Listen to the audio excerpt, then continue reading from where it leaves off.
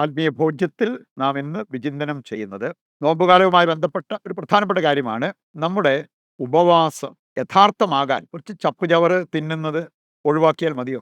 വേണമെങ്കിൽ ഉപവാസത്തിൻ്റെ അല്ലെങ്കിൽ നോമ്പുകാലത്തിൻ്റെ ഭാഗമായിട്ട് കുറേ ഭക്ഷണ പദാർത്ഥങ്ങൾ വേണ്ടാന്ന് വെച്ച് അതിൽ കുറേ ക്രമീകരണങ്ങളൊക്കെ നടത്തി മുമ്പോട്ട് പോകുന്ന വ്യക്തികളുണ്ട്. അതിന് അതിൻ്റേതായിട്ടുള്ള നല്ല വശമുണ്ട്. കാരണം നമുക്ക് നിയന്ത്രണം പാലിക്കാനും ആത്മീയ കരുത്ത് പ്രാപിക്കാനും പരിത്യാഗ പ്രവർത്തികൾ, ഉപവാസം, ഇതെല്ലാം ഒരുപാട് ഉപകരിക്കുന്നതാണ്. പക്ഷെ ദൈവവചനത്തിൻ്റെ വെളിച്ചത്തിൽ ചിന്തിക്കുമ്പോൾ നമുക്കൊരു ആത്മീയ ദർശനം ഇങ്ങനെയുള്ള കാര്യങ്ങൾ ചെയ്യുമ്പോൾ ഉണ്ടാകണം. ഈ സംഭവം ഞാൻ ഓർക്കുകയാണ്. ഒരു ഗോവയിലൊരു പ്രോഗ്രാമിന് പോയ സമയത്ത് കണ്ടുമുട്ടിയ ഒരു ഷെയറിങ് നടത്തിയ ഒരു ഗോവക്കാരി അവർ പറഞ്ഞൊരു കാര്യമുണ്ട്.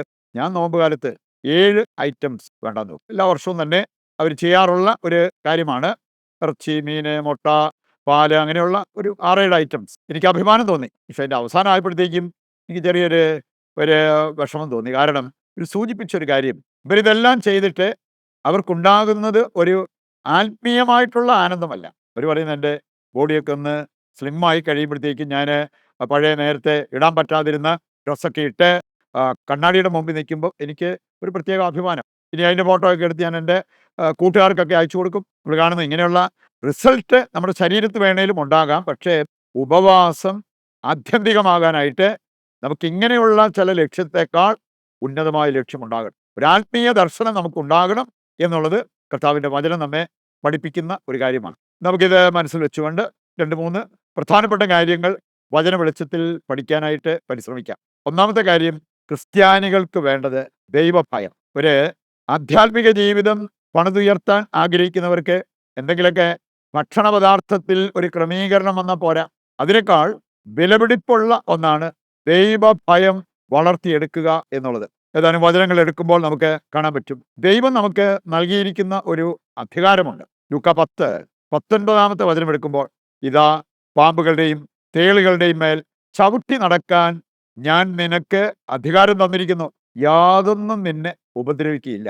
ഇത്രയും വലിയൊരു വാഗ്ദാനം വചനത്തിൽ ദൈവം തന്നിട്ട് ഇന്ന് കണ്ട പല്ലിയെയും പാറ്റയും അല്ലെങ്കിൽ എട്ടുകാലിയെയും ഇങ്ങനെയുള്ളതിനെയൊക്കെ ഇഴജന്തുക്കളെയൊക്കെ അമിതമായിട്ട് ഭയപ്പെട്ട് ജീവിക്കുന്ന വ്യക്തികളുണ്ട്. ദൈവം നൽകിയിരിക്കുന്ന വാഗ്ദാനം ഇവയൊന്നും നമ്മൾ പേടിക്കേണ്ടതില്ല.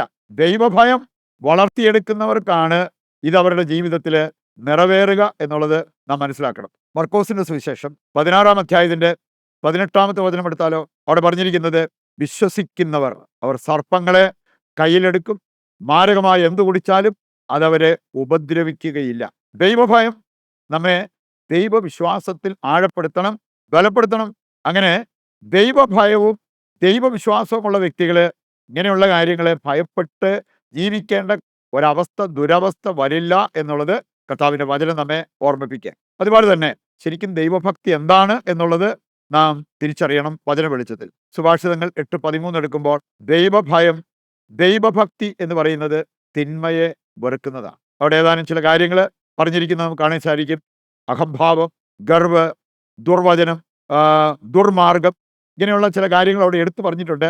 അവ ഉപേക്ഷിക്കുന്നതാണ് ശരിക്കും ദൈവഭക്തി എന്ന് പറയുന്നത്. പ്രഭാഷകൻ 32:16 വചനം കൂടി എടുത്താൽ അവിടെ പറഞ്ഞിട്ടുണ്ട്, ദൈവഭക്തൻ ദീപം പോലെ പ്രകാശിക്കും. അതുകൊണ്ട് നമ്മുടെ ഭക്തി യഥാർത്ഥ ഭക്തിയാക്കി നമ്മൾ മാറ്റുന്നെങ്കിൽ നമുക്ക് ദീപം പോലെ പ്രകാശിക്കാൻ അത് നമ്മെ സഹായിക്കും. പ്രഭാഷകൻ 23:12 എടുത്താൽ, ദൈവഭയമുള്ളവൻ പാപത്തിൽ മുഴുകില്ല, പാപത്തിൽ അവൻ മുഴുകുന്നില്ല, ദൈവഭക്തി ഉള്ളവനാണെങ്കിൽ. പ്രഭാഷകൻ 2:15-17 വരെ വായിക്കുമ്പോൾ ദൈവഭയമുള്ളവരുടെ ചില നേട്ടങ്ങൾ അവിടെ പറഞ്ഞിരിക്കുന്നത് നമുക്ക് കാണാൻ പറ്റും. അവരെപ്പോഴും ദൈവേഷ്ടം അന്വേഷിക്കും, അവരൊരിക്കലും വചനം ധിക്കരിക്കുന്നവര് ആകില്ല, അവരെപ്പോഴും അവരുടെ ഹൃദയം കർത്താവിനായി ഒരുക്കി വയ്ക്കും. ഇതെല്ലാം പ്രഭാഷകൻ 2:15-17 വരെയുള്ള വചനഭാഗം വായിക്കുമ്പോൾ നമ്മൾ കാണുന്ന കാര്യങ്ങളാണ്. ഇപ്രകാരം ഒരുക്കമുള്ളവരായിട്ടാണോ നാം ജീവിക്കാറുള്ളത്?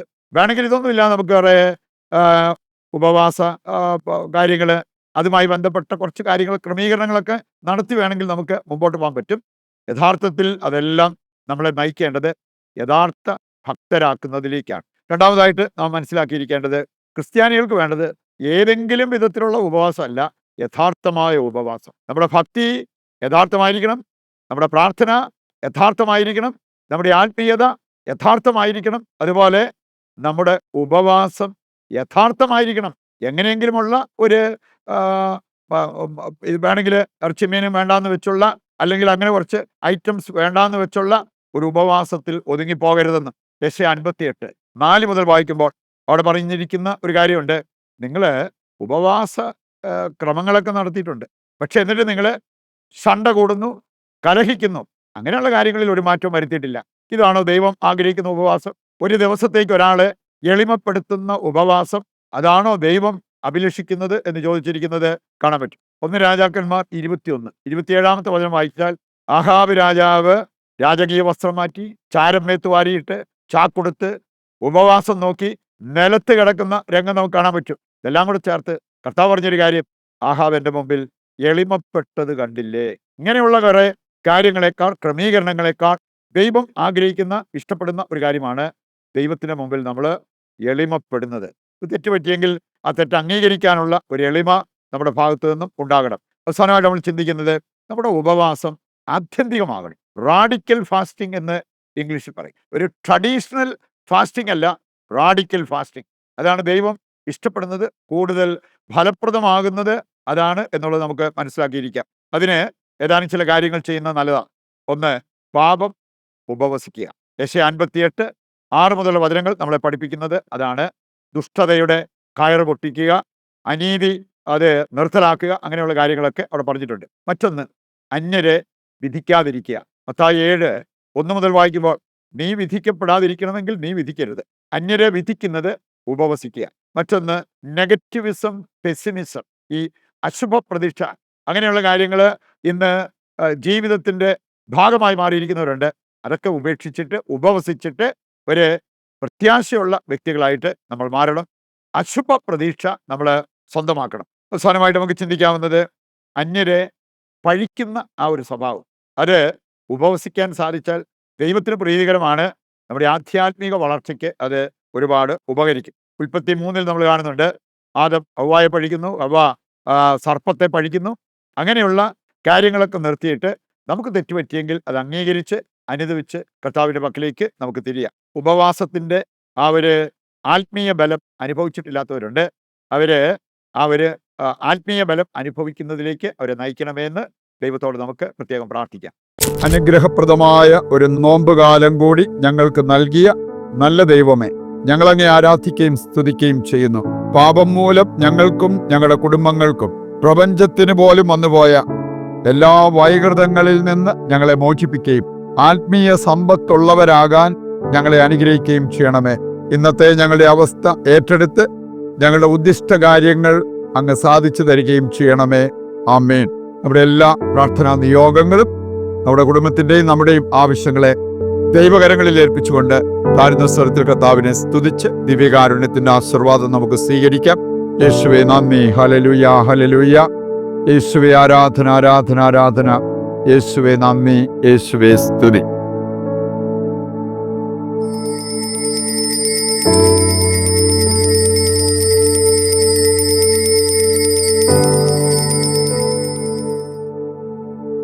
പരിശുദ്ധ പരമ ദിവ്യകാരുണ്യത്തിന് എന്നേരവും ആരാധനയും സ്തുതിയും പുകഴ്ചയും ഉണ്ടായിരിക്കട്ടെ.